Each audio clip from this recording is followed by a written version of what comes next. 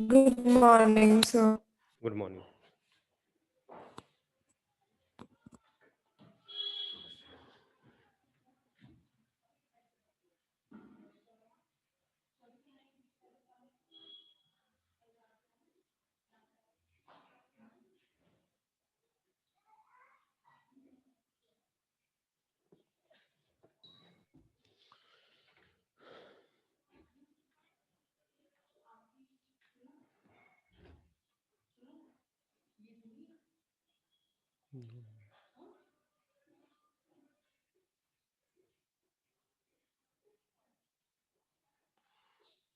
Excuse me sir.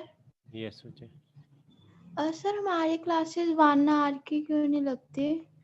बच्चे एक तो ये ना जूम पे जब लगाते हैं 40 मिनट की क्लास लगाते हैं हम, इसमें क्या होता है कि क्लास के बाद रिकॉर्डिंग होने को ना 15 मिनट लग जाते हैं। तो अगर तो साथ के साथ होता है हम लिंक भेज देते, फिर गुड आपको मॉर्निंग सर। फिर आपको रिकॉर्डिंग चाहिए होती है ना। तो इसलिए फिर उसके 15 मिनट का जब गैप पड़ जाता है उसके बाद या तो हमारी अगली क्लास होती है या कोई इधर उधर वो करना होता है, तो उसकी वजह से हमारी नहीं लग पाती। और दूसरी बात, आपका तो सिलेबस तो पूरा हो ही रहा है ना, सिलेबस भी पूरा कंप्लीट हो गया आपका ऑलमोस्ट। हम तो अब रिवीजन स्टार्ट करनी है। रिवीजन में तो क्या होगा, हमारे 40 मिनट्स की ही क्लास होती है रिवीजन की, तो रिवीजन करवानी है आपको, टॉपिक देना है हमने टेस्ट के लिए। हमारा सिलेबस सही चल रहा है, सिलेबस में कभी दिक्कत नहीं आई, हमारा सिलेबस फुली मतलब जितनी स्पीड से चलना चाहिए उतनी स्पीड से ही चल रहा है। और मतलब सबसे आगे ही है हमारा सिलेबस, पीछे नहीं है किसी से भी। और दूसरा ये होता है कि अगर आप ऑनलाइन में क्लास लगा रहे हो ना 40 मिनट की या 1 आवर की, तो उसमें क्या होता है कि ऑनलाइन में ज़्यादा आपका स्ट्रेस पड़ता है, जिससे क्या होता है कि मतलब 40 मिनट के बाद भी यही हो जाता है। 40 मिनट अगर आप क्लास लगा रहे हो तो ये एक घंटे की क्लास के बराबर ही होती है। अगर आप उसको ज़्यादा देर लगाओगे तो फिर आपको चीज़ें समझ आनी बंद हो जाती हैं। इसमें तो क्या, हमारा तो जैसे 15 तारीख को ओपन हो रहा है, तो वहाँ पर आप हमारे पास इंस्टीट्यूट में आ सकते हो। 1 घंटे की क्लास लगानी है, 1.5 की लगानी है, 2 की लगानी है, वो आप पर है as per the government guidance. तो इंस्टीट्यूट हमारे ओपन हो रहे हैं, तो वहाँ पर भी आकर आप लगा सकते हो। हमें क्लास लगाने में कोई दिक्कत नहीं होती, लेकिन जो टेक्निकल इश्यूज है ना, लाइक रिकॉर्ड करने के लिए 15-20 मिनट लग जाते हैं, फिर उसके बाद जा मतलब कंटिन्यूसली क्लास लगाने में उसमें ज़्यादा हमें वो नहीं मिलता, फीडबैक अच्छा नहीं मिलता बच्चों का। ठीक है ना, ये चीज़ें होती हैं इसकी। और आपका सिलेबस हम पूरा वो कवर करवा रहे हैं, आपको भी पता है सिलेबस हमारा बिल्कुल ऑन ट्रैक है, तो इसमें फिर क्या दिक्कत है आपको? बताओ कोई प्रॉब्लम और? अब मैं आपको ये सिलेबस दिखा रहा हूँ, सिलेबस हमारा क्या है और हमने क्या कर लिया और क्या रहता है। आपको स्क्रीन विजिबल है ना? हेलो। Yes sir. हाँ बच्चे, ये स्क्रीन में देखो। अब आपको हमारा टॉपिक क्या रहता है, देखो न्यूक्लियाई कंप्लीट हो गया, एटम कंप्लीट हो गया, ड्यूल नेचर हो गया। अब ray optics and optical instrument में तो हमारे पास, एक मिनट, ये तो हमारा सारा कंप्लीट है। ये लास्ट चैप्टर मैंने ना, ये मटेरियल डिवाइसेस सैंपल सर्किट, ये मैंने ना ये उसमें रखा हुआ है जानबूझ के। ये 3 से 4 दिन का काम है। अगर ये मैं अभी आपको करवा दूंगा तो बच्चे मतलब रिस्पॉन्स करना, मुझे ये है कि आप हमारे साथ इन टच रहो एंड तक। यानी हम रिवीजन करते जाएंगे। एक ये आप पर है, ये टॉपिक आपने खत्म करना है साथ के साथ या नहीं करना। अगर आप मुझे कहोगे भी खत्म करना है तो मैं खत्म करवा दूंगा। खत्म करवाने से ये होता है कि कुछ बच्चे मतलब फिर टेस्ट वगैरह नहीं देते। तो जब एक चैप्टर पेंडिंग होता है ना, तो बच्चे रेगुलर टेस्ट देते हैं, उनको ये होता है हमारे साथ इन कनेक्ट रहते हैं। तो हम चाहते हैं कि आप हमारे साथ इन कॉन्टेक्ट मतलब टिल योर एग्ज़ाम तक हमारे साथ इन टच रहो। तो इसलिए हम ये एक चैप्टर पेंडिंग छोड़ना चाहते हैं कि हम इसको दिसंबर या जनवरी में ख़त्म करवाएं, electronic device. It's a theoretical chapter, आपको नोट्स देके इसको समझा देंगे, मतलब सिंपल चैप्टर है, कोई टफ नहीं है। तो मुझे ये बताओ, ये चैप्टर रह रहा है, इसको अभी पेंडिंग ही रखें, ऊपर वाले सारे चैप्टर की रिवीजन स्टार्ट करें हम? तो थोड़ा थोड़ा साथ साथ में करवाते रहो, क्योंकि फिर स्कूल वालों का कोई पता नहीं, वो कब पेपर रखने, कौन सा चैप्टर रखें कौन सा नहीं। बच्चे ये थोड़ा थोड़ा करते करते, ये आप ये देखो, हफ्ते में भी अगर मैं थोड़ा थोड़ा करवाऊंगा खत्म हो जाएगा। 1 वीक में ज्यादा से ज्यादा 10 दिन लग जाएंगे, इससे ज्यादा तो लगने वाले नहीं है। सर फिजिक्स फिर भी हो रहा है, लेकिन केमिस्ट्री में ना बिल्कुल भी कॉन्फिडेंस नहीं आ रहा कि नंबर अच्छे आएंगे। कोई बात नहीं बच्चे, ये आपने ऑफलाइन क्लासेस स्टार्ट करनी है, मुझे ये बताओ 15 से हम स्टार्ट कर रहे हैं यहाँ पर। नहीं सर। अभी नहीं करनी? नो सर अभी नहीं। Excuse me sir. हाँ जी बच्चे। सर एक रिक्वेस्ट थी कि जब रिवीजन स्टार्ट करेंगे ना तो ओके। एक वीक में ना मीन्स आप एक ही चैप्टर रखना, जैसे हाँ देखो, पता बात क्या है, रिवीजन में क्या होता है, लाइक मैंने आपको सारी, पहले तो रिवीजन में ओवरव्यू दे दूंगा चैप्टर का, है ना। यस ओवरव्यू देने के बाद उसके मैं आपको बोर्ड के क्वेश्चंस दे दूंगा सारे, वो आपने करने हैं, वो मुझसे आप 1 दिन लो 2 दिन ले लो। वो करने के बाद उनकी सभी क्वेश्चंस की डिस्कशन होगी, डिस्कशन होने के बाद उनके क्या होंगे, उसी का टेस्ट होगा, ऐसे चलेगा पूरा 1 वीक, एक चैप्टर को लग जाएगा। Yes sir. उसके अंदर आप लोगों का करने वाला काम ज्यादा होगा, क्योंकि देखो मैंने तो ओवरव्यू दे देना है, मैंने ओवरव्यू में मुझे 1 दिन लगेगा, या चैप्टर के ओवरव्यू में 2 दिन लगेंगे, इससे ज्यादा नहीं मुझे लगते। और उसके बाद जो उसके साथ के क्वेश्चंस होंगे, वो अगर 70-80 क्वेश्चंस हैं एक चैप्टर के, तो उनको करने में आपका टाइम लगेगा। यानी रिवीजन वो आप पर डिपेंड है कि आप कितनी अच्छी से रिवीजन करते हो, आप कितने अच्छे से मतलब वो क्वेश्चन सॉल्व करते हो। अगर वो 70 क्वेश्चंस आप नहीं करोगे, तो फिर मैंने अपनी तरफ से क्वेश्चन चैप्टर का ओवरव्यू दे दिया, क्वेश्चंस आपने अपनी तरफ से किए नहीं, फिर आप वहीं पर जाकर खड़े हो जाओगे। लेकिन रिवीजन में आप लोगों की कंट्रीब्यूशन ज्यादा होती है, जैसे सिलेबस में हम ज्यादा करवा रहे हैं, आप लोगों का पढ़ने का काम होता है, कई बच्चे पढ़ लेते हैं, कई बच्चे नहीं पढ़ लेते। तो रिवीजन में उल्टा होगा, रिवीजन में आप लोगों का काम होगा, आपने क्वेश्चंस कवर करने हैं, आपको करने ही पड़ेंगे, हर हालत में करने पड़ेंगे, तभी आपको रिवीजन करके मजा आएगा, नहीं रिवीजन करके मजा नहीं आएगा। यस सर, बस यही था कि अगर एक चैप्टर होता ना तो अच्छे से हो जाता है। एक चैप्टर भी हो जाए तो मंथ में 4 चैप्टर हो गए, आधी फिजिक्स यस होगी मंथ सर। में है, एक यस मंथ में। सर, बस ऐसे ही था, एक चैप्टर। Thank you sir. हाँ हाँ। और मैं ये सिलेबस देखना चाहता हूँ कि ऑप्टिक्स में मैंने जो कवर करवाया है उसमें कोई टॉपिक रहता है या नहीं रहता, पहले तो मैं ये चेक करना है। हमने इसमें रिड्यूस्ड टॉपिक नहीं दिए हुए, वो कहाँ हैं, ये रहे, सच ये रहे, ठीक ठीक ठीक। बच्चों ये देखो, रिड्यूस्ड टॉपिक में अब पहले तो हम ऑप्टिक्स की बात करते हैं। रिफ्रैक्शन ऑफ लाइट हो गया, टोटल इंटरनल रिफ्लेक्शन हो गया, इट्स एप्लीकेशन होगी, ऑप्टिकल फाइबर हो गया, रिफ्रैक्शन एट स्फेरिकल सरफेस हो गया, लेंस हो गया, thin lens formula, lens maker formula, magnification power of lens हो गया, combination of thin lens in contact, कल करवाया था ना ये, combination of thin lens in contact, refraction of light through a prism हो गया। इसमें से देखो कोई टॉपिक है जो आपको लग रहा है कि रे ऑप्टिक्स में कि आपने नहीं किया, रे ऑप्टिक्स में ये टॉपिक देखो बच्चों फटाफट। यस, नो सर, सारे किए हुए हैं। ये सारे टॉपिक ही हैं। अब हमारा ऑप्टिकल इंस्ट्रूमेंट रह गया। ऑप्टिकल इंस्ट्रूमेंट में एक माइक्रोस्कोप्स हैं एंड एस्ट्रोनॉमिकल टेलीस्कोप है, reflecting and refracting and their magnifying power. बच्चों माइक्रोस्कोप के अंदर ना एक सिंपल माइक्रोस्कोप भी है, एक कंपाउंड माइक्रोस्कोप भी है। ये जो इन्होंने माइक्रोस्कोप्स लिखा हुआ है ना, अब माइक्रोस्कोप्स में तो सिंपल भी आता है, कंपाउंड भी आता है, इसके बाद एस्ट्रोनॉमिकल आता है। तो फिर मैं आपको यही को टॉपिक अब स्टार्ट करवा रहा हूं। मुझे था ये नहीं है, लेकिन इसमें लिखा हुआ है, ये देखना, ये टॉपिक मैंने कहीं देखा था, भी कटा हुआ है, ये तो सारा, सर ये कट गया।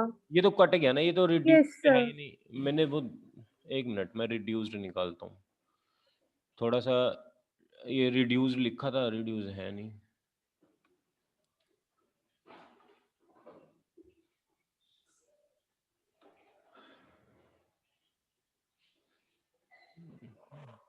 सर मैं पीडीएफ सेंड करूं? पीडीएफ नहीं, आ जाएगी, यहीं से आ जाएगी, मैंने कई बार डाउनलोड भी की है, एक मिनट। सर मैंने आपके नंबर पे व्हाट्सएप किया है स्क्रीनशॉट। अभी किया है? Yes sir. चलो ठीक।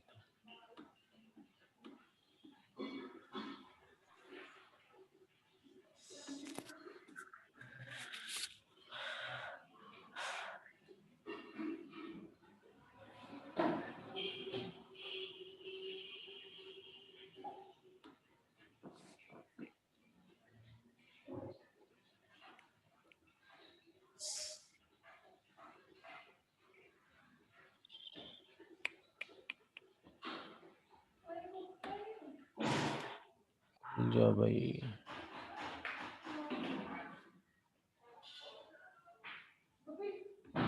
एक मिनट।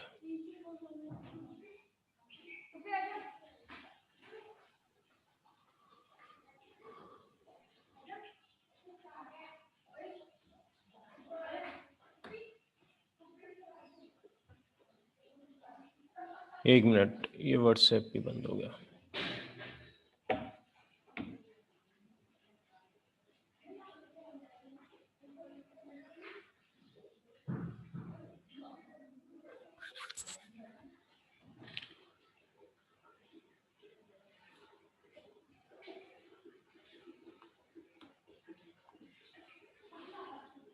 हाँ जी बच्चों, हम सबसे पहले तो रे ऑप्टिक्स पे जाते हैं। Ray optics and optical instrument.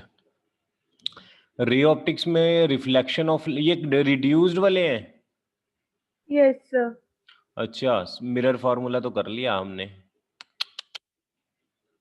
Reflection of light, spherical mirror, mirror formula कर लिया आपने, बताया नहीं मुझे।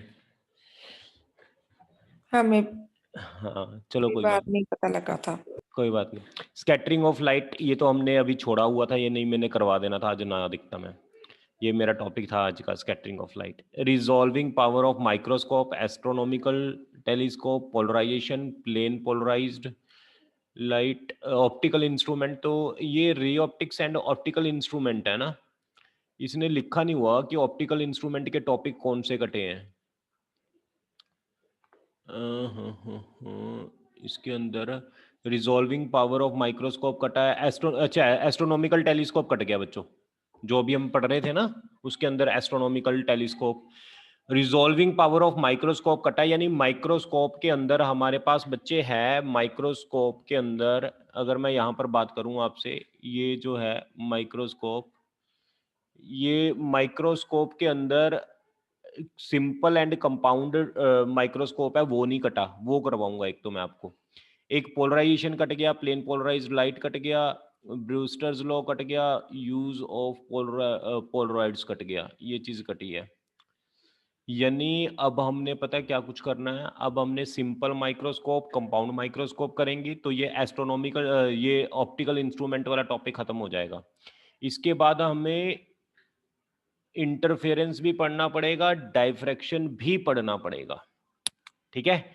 इसके बाद इंटरफेरेंस भी पढ़ना पड़ेगा, डाइफ्रैक्शन भी पढ़ना पड़ेगा।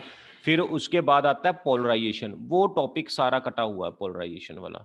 तो यानी हमारे पास कहने का मतलब अभी हमारा 1 वीक और लग जाएगा इन टॉपिक्स को कंप्लीट करने में, ये पूरे को कंप्लीट करने में बच्चे, ठीक है। तो स्टार्ट कर रहे हैं अगले वीक से। हम देखेंगे रिवीजन करनी है या 9th वाली यूनिट करनी है, ये लास्ट वाली यूनिट करनी है, नेक्स्ट वीक से देखेंगे, ठीक है। Okay sir. हाँ सर ये रिफ्लेक्शन ऑफ लाइट और मिरर फॉर्मूला में इनके न्यूमेरिकल्स भी कट गए ना फिर सारे? हाँ हाँ बिल्कुल, ओके सर। सबसे इंपॉर्टेंट न्यूमेरिकल कट गए। तो अब हम आज मैं करवाऊंगा आपको 2 टॉपिक। एक माइक्रोस्कोप के अंदर बच्चों मैं आपको करवाऊंगा आज एक simple microscope and compound microscope. Astronomical telescope cut गया हमारा, simple microscope and compound microscope ही करवा रहा हूं मैं। फिर हमारा ये एस्ट्रो ऑप्टिकल इंस्ट्रूमेंट कंप्लीट हो जाएगा, ठीक है बच्चों। स्टार्ट कर रहे हैं, मैं इसको रब कर रहा हूं, इसको हटा रहा हूं यहां से। ये आप ध्यान दिया करो सिलेबस की तरफ, ठीक है। अगर कोई ऐसी चीज होती है तो मुझे बता दिया करो। तो आज मैं आपको simple microscope and compound microscope cover करवाऊंगा।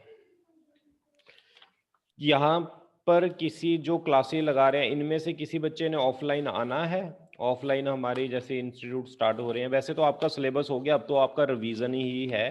अगर आपको डाउट्स लगती हैं, डाउट्स आप लो, मैक्सिमम अब तो ना डाउट्स लिया करो बच्चों, डाउट्स के लिए आप सेशन रखवाया करो। मैं आपको असाइनमेंट्स दिया करूँ, आप मुझसे ज़्यादा से ज़्यादा असाइनमेंट्स मांगो, बोर्ड असाइनमेंट स्टार्ट करनी है हमने सबसे पहले तो।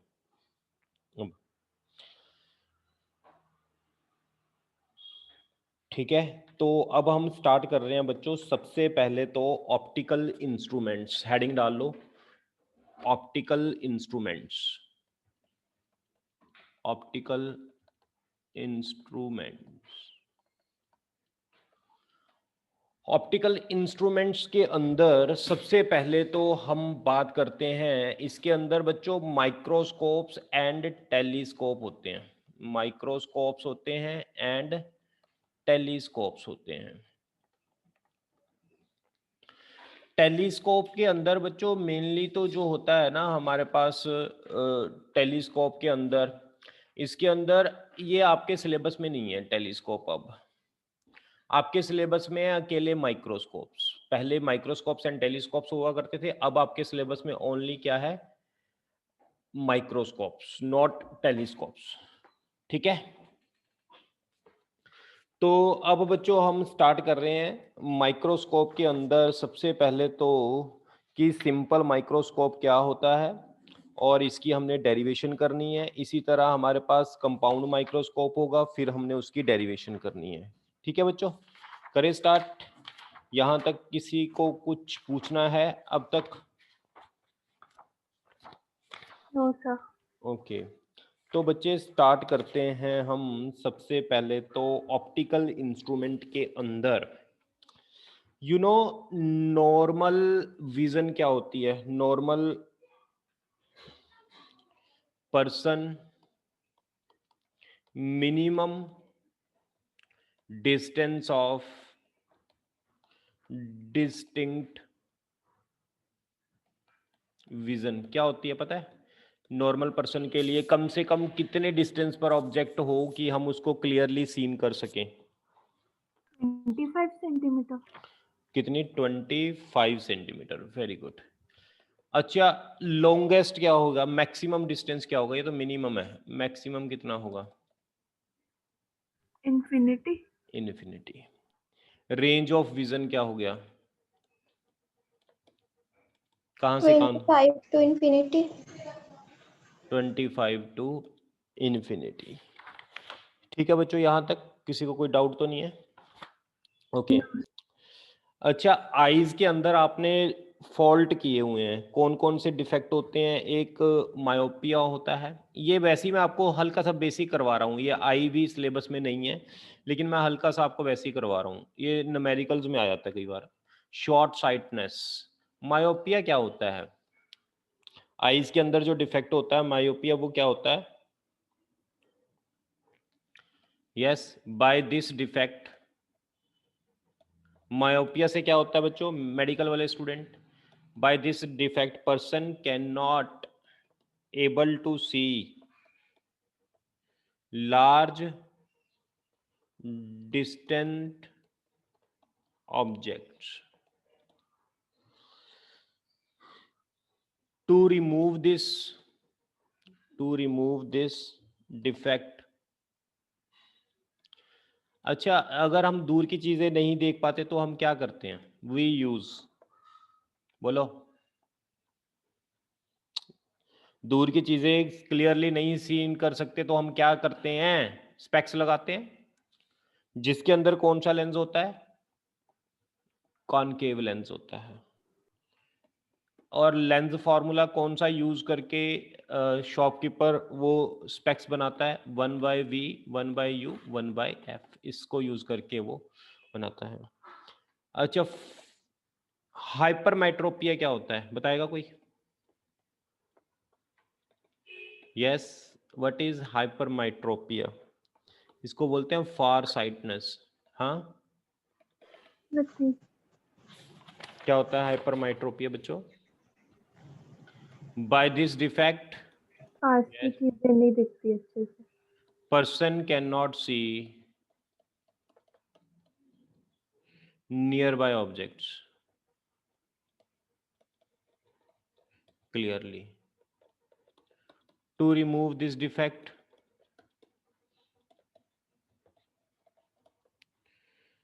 we use कौन सा lens? Convex lens. And lens formula तो सेम ही होता है बच्चे, कॉन्वेक्स के लिए और कनकेव के लिए। 1/v 1/u 1/f। That's it बच्चों, नोट कर लो फटाफट, मैं इसको रब कर रहा हूं।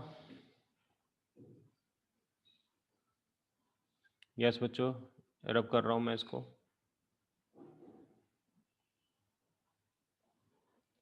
आगे लिखो visual angle. Visual angle, angle formed bye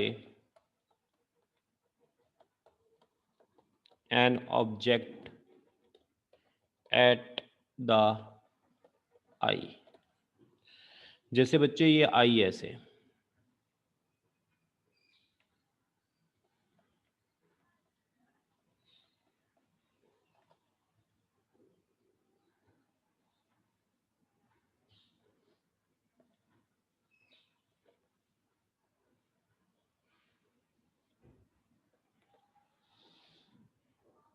ये आई है, आई के अंदर ये आई लेंस है। अब यहां पर मैंने क्या किया है, ऑब्जेक्ट रखा है।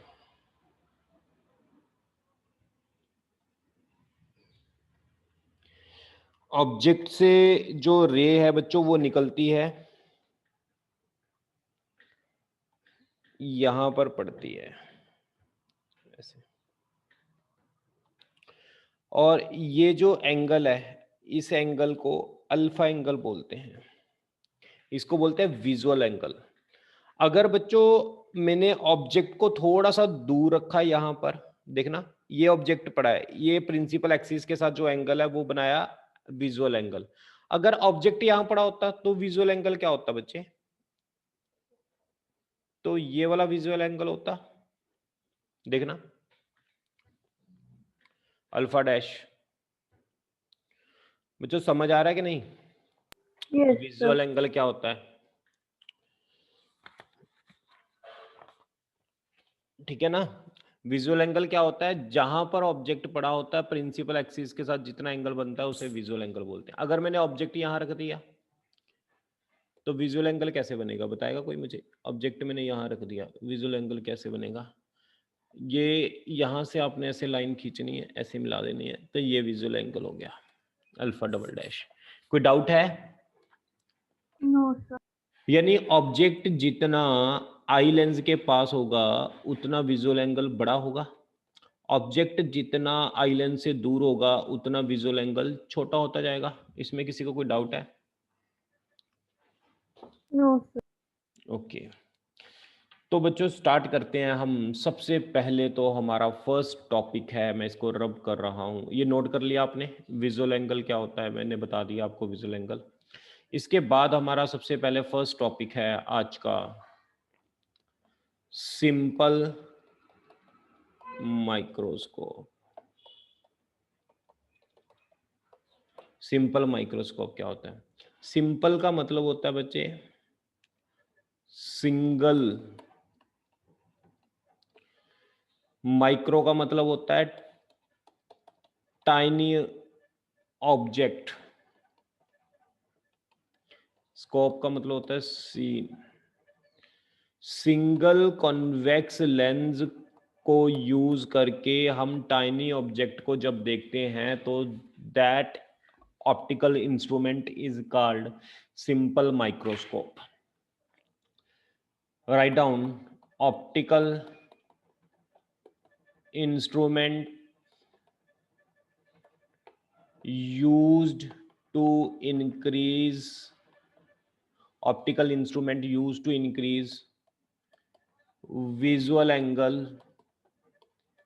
formed by the near objects, formed by the near objects which are too small, which are too small, which are too small to be seen by a naked eyes। ठीक है, सिंपल माइक्रोस्कोप किस लिए use किया जाता है? Use to increase the visual angle, visual angle को बढ़ाने के लिए, जो ऑब्जेक्ट हमें नेक्ड आई से क्लियरली नहीं सीन होता उसके लिए हम सिंपल माइक्रोस्कोप यूज करते हैं। बच्चों किसी को कोई डाउट यहां तक? No sir. ओके, इसके अंदर देखो बच्चों क्या है हमारे पास,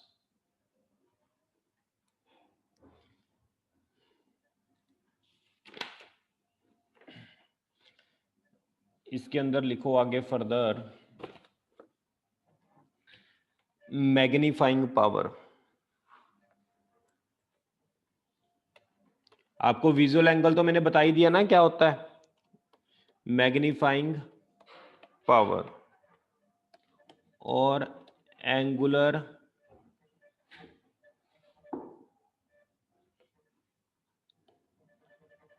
मैग्निफिकेशन, मैग्नीफाइंग पावर और angular magnification.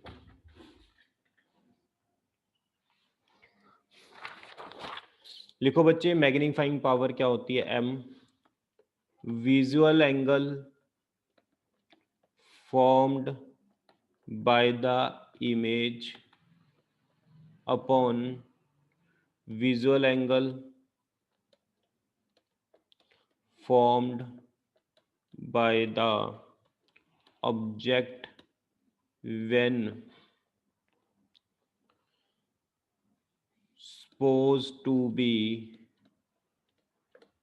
placed at least distance of distinct vision।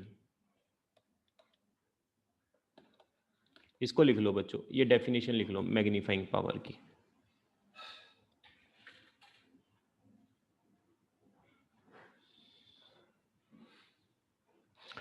बच्चों मैग्नीफाइंग पावर क्या होती है, visual angle formed by the image upon visual angle formed by the object when suppose to be placed at least distance of distinct vision.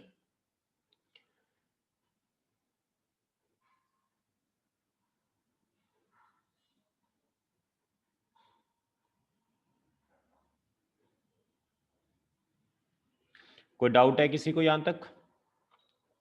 No.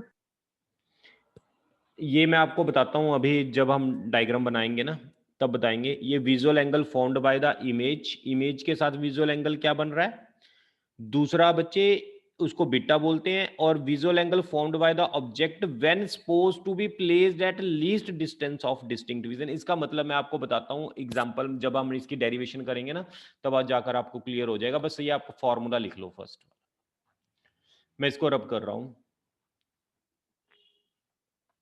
Derivation लिखो इसकी। Magnifying power की हमने derivation करनी होती है बच्चों। ये एक लेंस है, ऐसे हमारे पास एक, ये ऊपर मैंने एक लेंस ड्रॉ किया,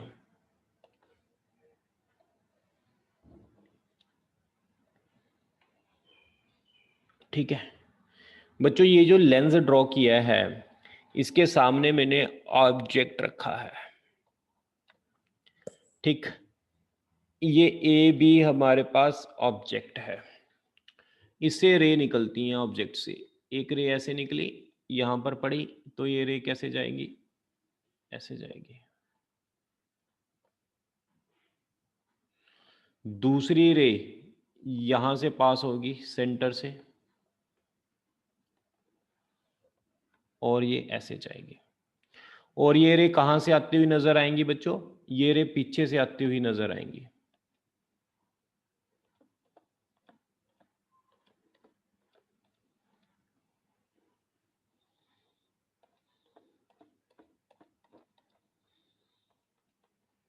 पीछे से आती हुई नजर आएंगी।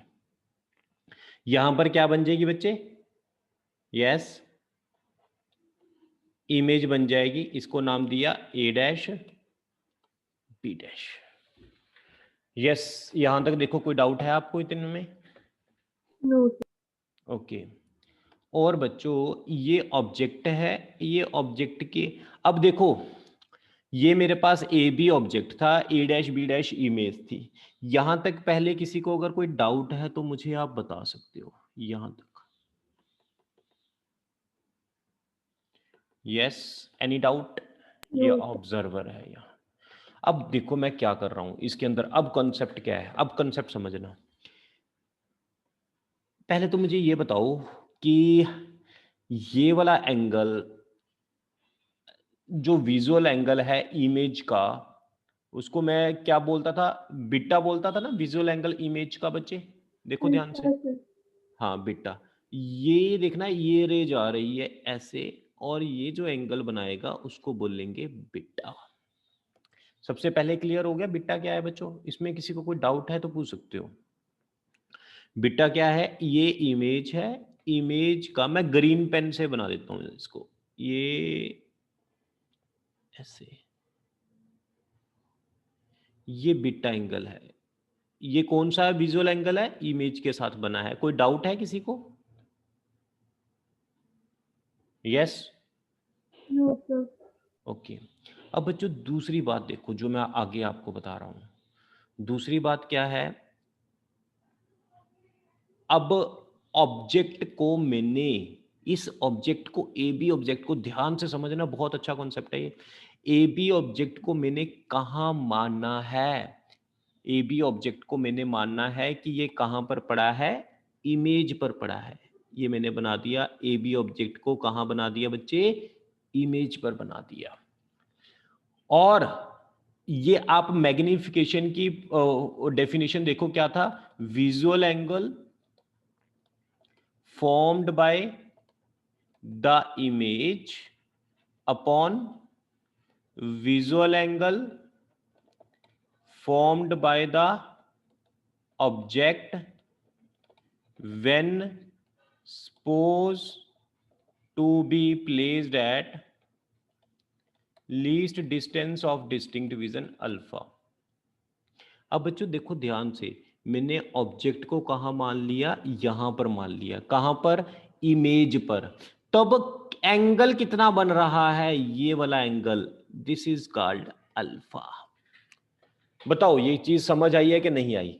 कि ऑब्जेक्ट को कहां अज्यूम करना है? इमेज के ऊपर अज्यूम करना है, जिसको हम बोलते हैं least distance of distinct vision, उसको डी से नाम देते हैं।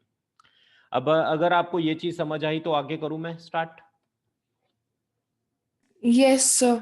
If alpha and beta are very small, बच्चों अल्फा और बीटा बहुत स्मॉल हैं, तो अल्फा को मैं tan अल्फा लिख सकता हूं, बीटा को मैं tan बीटा। मैथ के स्टूडेंट हो, सभी को पता है ये। मैग्नीफाइंग पावर, बीटा की जगह क्या लिख सकते हैं? tan beta. अल्फा की जगह क्या लिख सकते हैं? tan alpha. बच्चों tan बीटा कितना होगा? ट्राइंगल से बताओगे, a dash b dash o से tan बीटा कितना होगा? a dash b dash o से tan बीटा कितना होगा बच्चे? A dash B dash divided by OB dash। हाँ, और हम ये भी लिख सकते हैं, A B upon O B भी लिख सकते हैं। ट्राइंगल तो देखो दोनों का एंगल सेम है, ये बड़ी वाली छोटी वाली ट्राइंगल का भी यही एंगल है और बड़ी वाली का भी यही एंगल है। इसी तरह मुझे इसका बता दो, ये वाली ट्राइंगल का tan अल्फा कितना होगा? tan अल्फा कितना होगा बच्चे? Yes any? A B upon B dash O.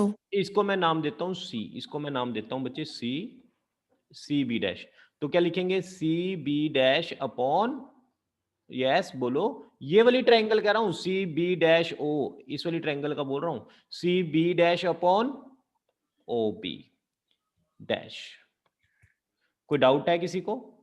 No, sir. No sir. बच्चों अगर आप ध्यान से देखो, A B is equal to C B dash है, ए बी और सी बी डैश इसके इक्वल है, तो ये दोनों कट गए, तो क्या बच गया?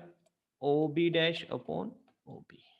ये मैग्नीफाइंग पावर आ गई हमारे पास, O B dash upon O B. अच्छा ओ बी डैश कितना है? सेंटर से लेकर अगर मैं इधर जाऊंगा तो माइनस डी हो गया। ओ बी, ओ बी क्या है बच्चे? ऑब्जेक्ट के डिस्टेंस को क्या बोलते हैं? Minus you. तो मैग्नीफाइंग पावर कितनी आ गई? डी बाई यू आ गई। यहां तक नोट कर लो फटाफट, जल्दी से बच्चे नोट करो। कर लिया note? Yes sir. Yes, sir. मैं रब कर रहा हूं बच्चों इसको। अब इसके अंदर बच्चे अगर आप ध्यान से देखो कि अगर मैं बात करूं यहां पर, ये m is equal to magnifying power d by U निकाला है मैंने। m is equal to D by U. d को क्या बोलते हैं और u को क्या बोलते हैं? u को बोलते हैं ऑब्जेक्ट डिस्टेंस, d हमारे पास होता है कांस्टेंट। ये डिस्टेंस ऑफ डिस्टिंक्ट विजन तो कांस्टेंट होता है ना, आपको पता ही है। बच्चों मुझे ये बताओ, अगर मैं मैग्नीफाइंग पावर को बढ़ाना चाहता हूं तो मुझे यू कम करना पड़ेगा कि नहीं कम करना पड़ेगा? Yes sir. अगर मैं यू कम करूंगा तो हमारे पास, कहने का मतलब, अगर मैं यू को कम करूंगा तो फोकस कम होगा।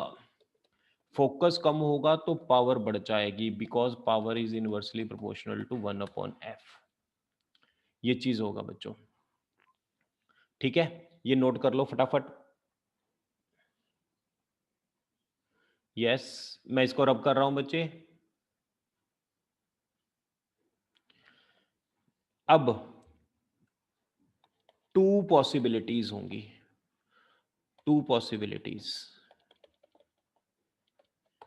सबसे पहले, image is formed at least distance of distinct vision.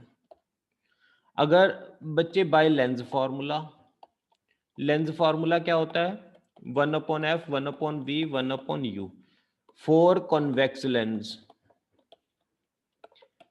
Focus क्या होता है बच्चे? पॉजिटिव। अगर मैंने इमेज को कहां माना है? सबसे पहला case, least distance of distinct vision पर। बच्चों मैंने इमेज मानी है, कहां पर बन रही है? Least distance of distinct vision पर। तो v की वैल्यू कितनी होगी बताएगा कोई मुझे?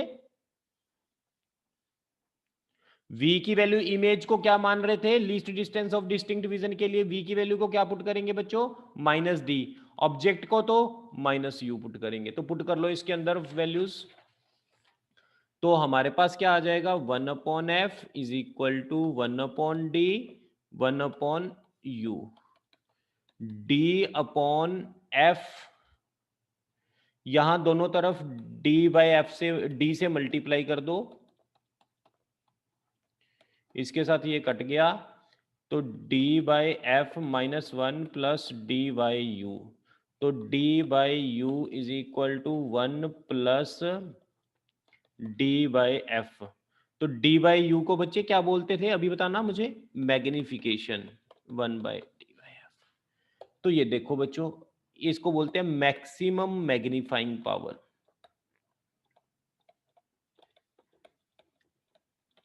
नोट कर लो बच्चों इसको।